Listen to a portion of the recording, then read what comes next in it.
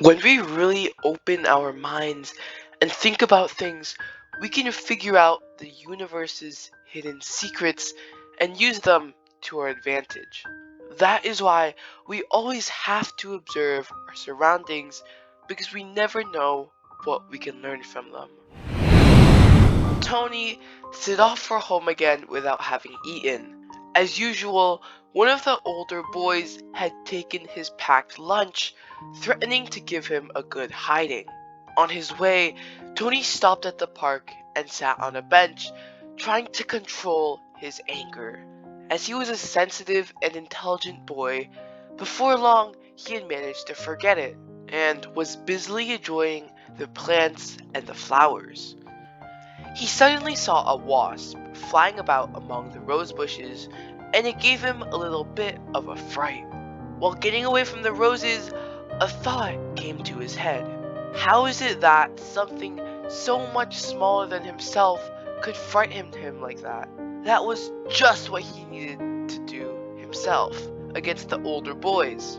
He spent a while looking at the insects, and by the time he arrived home, he had a good understanding of the wasp's trick.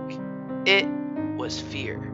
A wasp could never fight a person, but everyone was so afraid of its sting that they left the wasp in peace.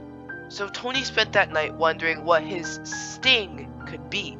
He tried to think of what frightened those bigger boys. The next day, Tony seemed like a new boy. No longer did he walk with his gaze on the ground, nor did he look away when people spoke to him. He was confident, ready to face up to anyone. With his mind on a new role of frightening people, and on his back he carried a backpack full of stings.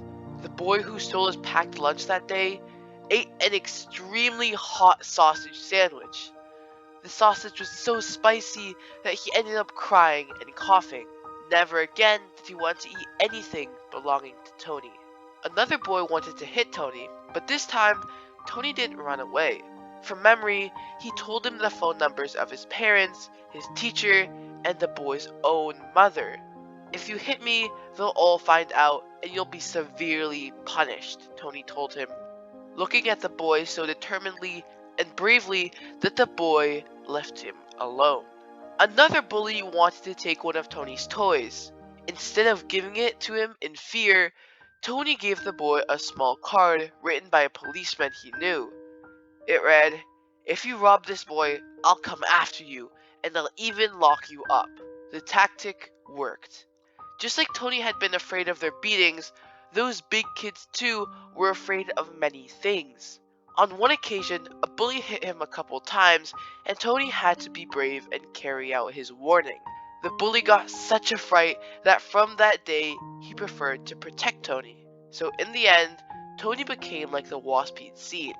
Without even having to sting anyone, he frightened them, and ensured that no one would mess with him.